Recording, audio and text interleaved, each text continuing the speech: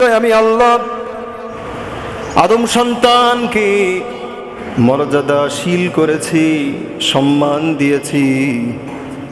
জলে স্থলে সব জায়গায় আমি আল্লাহ রব্বুল আলামিন তাদের চলাচলের জন্য বাহন দিয়ে দিয়েছি।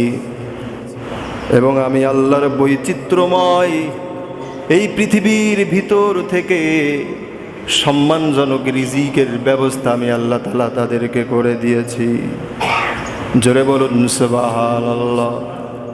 আমার ভাইরা, আল্লাহ তাআলা আমাদেরকে কত কিছু দিয়েছেন, কত নাজ নিয়ামত দিয়েছেন।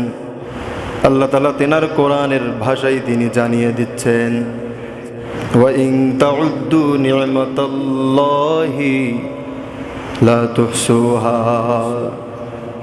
আল্লাহ তাআলা বলতেছেন, ও বান্দা, তোকে এত নাজ নিয়ামত আমি আল্লাহ তাআলা দান করেছি। এই নিয়ামতগুলো এক পাশ থেকে গুনতে থাকবে, গণনা করতে থাকবে। গুনতে গুনতে তুমি ক্লান্ত আর ব্যর্থ হয়ে ফিরে আসবে। কিন্তু আমি আল্লাহ রব্বুল আলামিন যেই নিয়ামতগুলো তোমাদেরকে দান করেছি, গণনা করে কখনোই শেষ করতে পারবে না। বলি সুবহানাল্লাহ। কত নিয়ামত আল্লাহ তাআলা দান করেছেন। আমার ভাইরা, আল্লাহর নবী হাদিসের ভিতরে বলতেছেন, আদ-দুনিয়া খুলিকতু লাকুম ওয়া আনতুম খুলিকতুম লিল আখিরাহ। ওহে দুনিয়ার মানুষেরা, এই দুনিয়াকে, গোটা দুনিয়াকে শুধুমাত্র কেবলমাত্র তোমাদের কল্যাণের জন্য সৃষ্টি করা হয়েছে। আর তোমাদেরকে সৃষ্টি করা হয়েছে শুধুমাত্র কেবলমাত্র আখিরাতের কল্যাণের জন্য। বলি সুবহানাল্লাহ। দুনিয়ার ভিতরে আমরা যা কিছু দেখতেছি সব কিছু আমাদের কল্যাণেই সৃষ্টি করা হয়েছে। সবুজ শ্যামলে ভরা যে সমস্ত গাছগাছালিগুলো আছে, এই গাছগাছালির ভিতরে যেই সমস্ত সুস্বাদু ফলগুলো আছে, আল্লাহ রব্বুল আলামিন শুধুমাত্র আমাদের জন্যই সেটাকে সৃষ্টি করেছেন। আল্লাহ তাআলা বলতেছেন, ও বান্দা, ও গোলাম, তোকে সৃষ্টি করার পর এই সমস্ত নাজ নিয়ামত তোর পিছনে আমি আল্লাহ তাআলা দিয়ে দিলাম। তোকে সৃষ্টি করা হয়েছে শুধুমাত্র কেবলমাত্র আখিরাতের কল্যাণের জন্য, অর্থাৎ আমি আল্লাহর জন্য। আমার ভাইয়েরা, আল্লাহ তাআলা এমন একটা জান্নাত সৃষ্টি করেছেন, যেই জান্নাতের একটা কণা, বিন্দু কণা, পৃথিবীর যত কিছু দামি দামি জিনিস আছে, সমস্ত দামি দামি জিনিসগুলো যদি এক জায়গায় করা হয়, আমার ভাইয়েরা, জান্নাতের একটা কোণার মতো সমতুল্য কখনোই হতে পারবে না। বলি সুবহানাল্লাহ। আমার ভাইয়েরা, আল্লাহ রব্বুল আলামিন জান্নাতের 8টা স্তর রেখেছেন। আল্লাহর নবী হাদিসের ভিতরে বলতেছেন, আমার সাহাবীরা, যখন তোমরা আল্লাহর কাছে জান্নাতের জন্য দোয়া করবে, তখন তোমরা দামি জান্নাতটা আল্লাহর কাছে চাইবে, জান্নাতুল ফেরদাউস। আল্লাহ তাআলা বলতেছেন, ইন্নাল্লাযীনা আমানু ওয়া আমিলুস সলিহাতি কানাত লাহুম জান্নাতুল ফিরদাউসি নুজুলা। জোরে বলুন আল্লাহু আকবার। আল্লাহ তাআলা বলতেছেন, নিশ্চয় যারা ঈমান আনয়ন করবে, এরপরে সৎ কাজগুলা করবে, ভালো কাজগুলা করবে। আমার ভাইয়েরা, এই রমজান কিন্তু ভালো কাজের ভিতরেও একটা কাজ, ঠিক কিনা বলেন? আল্লাহর নবী বলতেছেন, ইসলামের ভিত যেইগুলা রাখা হয়েছে, 5টা ভিত্তি রাখা হয়েছে। এই 5টা ভিত্তির একটাও যদি কেউ বাদ দিয়ে দেয়, ইমানদারের খাতায় সে থাকতে পারে না। আমার ভাইয়েরা, আল্লাহ রব্বুল আলামিন দীর্ঘ 11টা মাস আমাদের মাঝে সময় দিয়েছিলেন। 11টা মাস দিয়েছিলেন। ও বান্দা বান্দেরা, এই সময়ের ভিতরে তোমরা তোমাদের কাজগুলা পূরণ করবে, তোমরা খাওয়া দাওয়া করবে, তোমরা আরাম আয়েশ করবে। তোমাদের যে সমস্ত কৃত কাজ আছে, তোমাদের জীবিকা উপার্জনের জন্য যা কিছু প্রয়োজন সব কিছু করবে। রমজান যখন চলে আসবে, রমজানের আগ থেকেই তোমরা তোমাদের সমস্ত কাজগুলাকে কমিয়ে দিবে। তোমাদের আয়ত্তের ভিতরে আন্ডারে যেই সমস্ত শ্রমিকগুলা আছে তাদের কাজগুলা তোমরা কম করে দিবে অথবা ছুটি দিয়ে দিবে, কিন্তু তাদের প্রাপ্য তোমরা বুঝিয়ে দিবে। কেননা আমি আল্লাহ রাব্বুল আলামিন তোমাদেরকে 11টা মাস দিয়েছি, আর রোজাটা শুধুমাত্র আমি আল্লাহর। আমার ভাইয়েরা, আল্লাহ তাআলা বলতেছেন যতগুলো আমল আছে সমস্ত আমলের প্রতিদানগুলা ফেরেশতাদের মাধ্যমে দিয়ে দেওয়া হয়। রমজানটা শুধুমাত্র আমি আল্লাহর, এর প্রতিদান আমি আল্লাহ তাআলা নিজ হাতেই বান্দাবান্দীদেরকে দান করব। অর্থাৎ একটা মাস দিয়েছি, এই একটা মাস তোমরা কাজগুলা কমিয়ে দিয়ে শুধুমাত্র আমি আল্লাহর ধ্যানে তোমরা মগ্ন হয়ে পড়বে। বলি সুবহানাল্লাহ। তাহলে যে সমস্ত নাফরমানের দল, যেই সমস্ত বেঈমানের দল রোজা রাখলো না কোনো কারণ ছাড়াই, তাদেরকে তো মুসলমান বলাই দুষ্কর হয়ে যাবে আল্লাহ রসুলের ওই হাদিস অনুযায়ী। এজন্য ভাইয়েরা আমার, প্রতিদিনই মৃত্যুর খবর, এমন কোনো দিন নাই যে মৃত্যুর খবর নাই।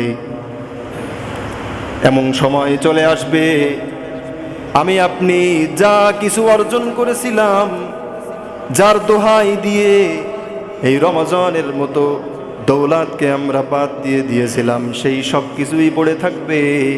আমার আপনার চিহ্ন এই পৃথিবীর জমিনে আর থাকতে পারবে না। ঠিক কিনা বলেন? আল্লাহ তাআলা বলতেছেন কুল্লু নাফসিন যায়িকাতুল মাউত ওয়া ইন্নামা তুওয়াফাউনা উজুরাকুম ইয়াওমাল কিয়ামাহ ফামান যুহজিহা আনিন নারি ওয়া উদখিলাল জান্নাতা ফাকাদ ফাজ ওয়া মাল হায়াতুদ দুনিয়া ইল্লা মাতাউল গুরুর। জোরে বলুন আল্লাহু আকবার। আমার ভাইরা, আল্লাহ তাআলা বলতেছেন প্রত্যেক প্রাণী মৃত্যুর স্বাদ গ্রহণ করবে। ওহে দুনিয়ার মানুষেরা, আজকে যেই দুনিয়ার পিছনে তোমরা দৌড়াইতেছো, যেই দুনিয়ার পিছনে তোমরা এইভাবে হাঁটতেছো, সব কিছুই ধোঁকা। ধোঁকা ছাড়া এই পৃথিবীর আর কিছুই হতে পারে না। ঠিক কিনা বলেন? এই পুরো দুনিয়াটাই হলো স্বার্থের জায়গা। মা বাবা সন্তানকে মানুষ করে, সেখানেও স্বার্থ লুকিয়ে আছে। স্বামী স্ত্রীকে, স্ত্রী স্বামীকে ভালোবাসে, সেখানেও স্বার্থ লুকিয়ে আছে। আমার ভাইয়েরা, আমি একটা জিনিস আমার আপনার অন্তরের ভিতরে গেঁথে রাখতে হবে, আমি তো সবাইকেই দিব।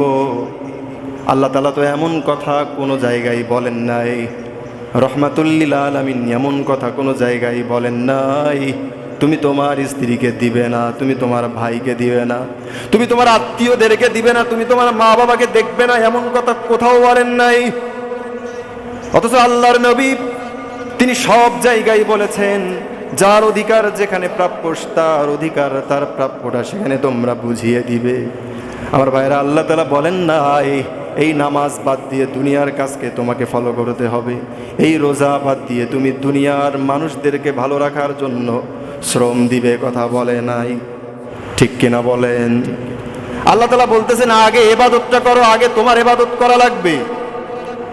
আমার ভাইয়েরা, মৃত্যু যে কোনো সময়, যে কোনো মুহূর্তে আমার আপনার তার প্রান্তে এসে হাজির হয়ে যেতে পারে।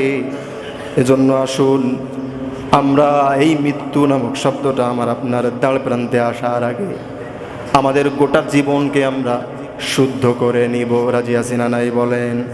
আমার ভাইয়েরা, আল্লাহ তাআলা বলতেছেন কুল্লু মান আলাইহা ফান ওয়া ইয়াবকা ওয়াজহু রাব্বিকা যুল জালালি ওয়াল ইকরাম। পৃথিবীর সব কিছু ফানা ফানা হয়ে যাবে, সব কিছু ধ্বংস হয়ে যাবে। আমার ভাইয়েরা, রমজানের 1 থেকে শুরু করে 30 তারিখ পর্যন্ত অনেক আল্লাহর বান্দা বান্দিরা মসজিদে এসেছেন, আলহামদুলিল্লাহ। কিন্তু রমজান চলে গেল, মসজিদও ফাঁকা হয়ে গিয়েছে। এমন হলে হবে কিনা বলেন? কখনোই হবে না। আল্লাহ রাব্বুল আলামিন 5 ওয়াক্ত নামাজকে আমার আপনার উপরে ফরজ করেছেন। এই 5 ওয়াক্ত নামাজ যদি কেউ বাদ দিয়ে দেওয়ার চেষ্টা করে, সে যদি বলে আমি ইমানদার, আমি সৎ পথে আছি, ও আজ তো একটা মুনাফিক। ঠিক কিনা বলেন? আগে নামাজ, কারণ আল্লাহ তাআলা কোরআনের ভিতরে বলতেছেন ইন্নাস সালাতা তানহা আনিল ফাহশাই ওয়াল মুনকার ওয়ালা যিকরুল্লাহি আকবার আল্লাহু ইয়ালামু মা তাসনাউন। ও বান্দা বান্দিরা, দুনিয়ার ভিতরে যা কিছু করো না কেন সমস্ত কাজগুলা সব কিছু সম্পর্কে আল্লাহ তাআলা অবগত আছেন। ও বান্দা বান্দিরা, আল্লাহর জিকির করো, আল্লাহর স্মরণ করো। তুমি রাস্তা দিয়ে চলবে, তাও তোমার কলবের ভিতরে আল্লাহর জিকির থাকবে। তুমি কাজ করবে, তাও তোমার কলবের ভিতরে আল্লাহর জিকির থাকবে। এইভাবে সর্বদা যদি আল্লাহর জিকির যদি তোমার দিলের ভিতরে অব্যাহতি রাখতে পারো, এমতো অবস্থায় যদি আজরাইল এসে তোমার সাথে সাক্ষাৎ হয়ে যায়, ইমানের সাথে আমার আপনার মৃত্যুটা হয়ে যাবে। বলি সুবহানাল্লাহ। আমার ভাইয়েরা, আল্লাহ তাআলা এর ভিতরে বলতেছেন নামাজ তোমরা কখনোই ছাড়বে না, এই নামাজ পড়তেই থাকবে। পড়তে পড়তে এই নামাজই একদিন তোমাকে একজন খাঁটি ইমানদার হিসাবে পরিণত করে ফেলবে। বলি সুবহানাল্লাহ। এই নামাজ পড়তেই থাকবে, একদিন না একদিন আমার আল্লাহ রব্বুল আলামিন তোমাকে এই পৃথিবী থেকে ইমানদার হিসাবে পৃথিবী থেকে তোমার বিদায়টা করাবেন। বলি সুবহানাল্লাহ। আমার ভাইয়েরা, আমরা যদি ইমানদার হয়ে থাকি, আমরা যদি ঈমান আনয়ন করে থাকি, আমাদের মৃত্যুটা হবে খুবই সম্মানের সাথে, ইজ্জতের সাথে। আল্লাহ তাআলা বলতেছেন ইয়া আইয়াতুহান নাফসুল মুতমাইন্না ইরজিই ইলা রাব্বিকি রাদিয়াতাম মারদিয়া ফাদখুলি ফি ইবাদি ওয়াদখুলি জান্নাতি। আমার ভাইয়েরা, আজরাইল আলাইহিস সালাতু ওয়াস সালাম আসবেন। জিবরাইল আমিন ইমানদার ব্যক্তির কাছে জিবরাইল আমিন বসে থাকবেন এবং তার সাথে নেককার ফেরেশতাগণ বসে থাকবেন। আমার ভাইয়েরা, জান্নাতের ফেরেশতা থাকবে সেখানে। আর বলা হবে, হে প্রশান্ত আত্মা, প্রশান্ত হৃদয়, আল্লাহর আসমান থেকে হুকুম হয়েছে তুমি বেরিয়ে আসো। তার শরীরের ভিতরে আর আজরাইল আলাইহিস সালামের হাত লাগানো লাগবে না। আমার ভাইয়েরা, এই ফেরেশতাগণ বলবে আল্লাহ রব্বুল আলামিনের জান্নাত তোমার জন্য সাজিয়ে রাখা হয়েছে। বলি সুবহানাল্লাহ। ও হে আল্লাহর গোলাম, ও হে মুমিন ইমানদার বান্দা বান্দিগণ, তোমার সময় হয়ে গিয়েছে। দুনিয়ার এই ক্ষণস্থায়ী পৃথিবীতে থাকার তোমার জন্য যাবে না। এই প্রশান্ত আত্মা ইমানদারের রুহুটা কি হবে? লাব্বাইক বলতে বলতে বের হয়ে আসবে। এরপরে ফেরেশতারা একটা জান্নাতের সুন্দর রুমালের উপরে সেটাকে নিয়ে জান্নাতের ভিতরে এই রুহুটা রেখে দিয়ে আসবেন। বলি সুবহানাল্লাহ। আর যদি আমি আপনি ইমানদার ছাড়া হয়ে থাকি, বেঈমান যদি হয়ে থাকি, আমার ভাইয়েরা, আমার আপনার মৃত্যু কতটা কঠিন হবে যেটা কল্পনা করাও সম্ভব নয়। ভয়ঙ্কর যে সমস্ত ফেরেশতাগণ আছেন, দুর্গন্ধযুক্ত পোশাক পরে তারা আসবেন, বিশাল একটা ভয়ঙ্কর আওয়াজ দিয়ে তারা এইভাবে আমার আপনার জানকে কবজ করা হবে। বলি নাউজুবিল্লাহ। আমার ভাইয়েরা, আমরা সকলেই চাইব এই যে রোজা থেকে শুরু করে এই পর্যন্ত, শুধু রোজার মাস নয়, প্রত্যেকটা সময় আমরা আল্লাহর কাছে দোয়া করে এসেছি, ও আল্লাহ, মৃত্যু তো হবেই, কিন্তু এই মৃত্যুটা যেন আমাদের ইমানের সাথে হয়। এই মৃত্যুর সময় যেন জবান থেকে কালেমাটা বের হয়।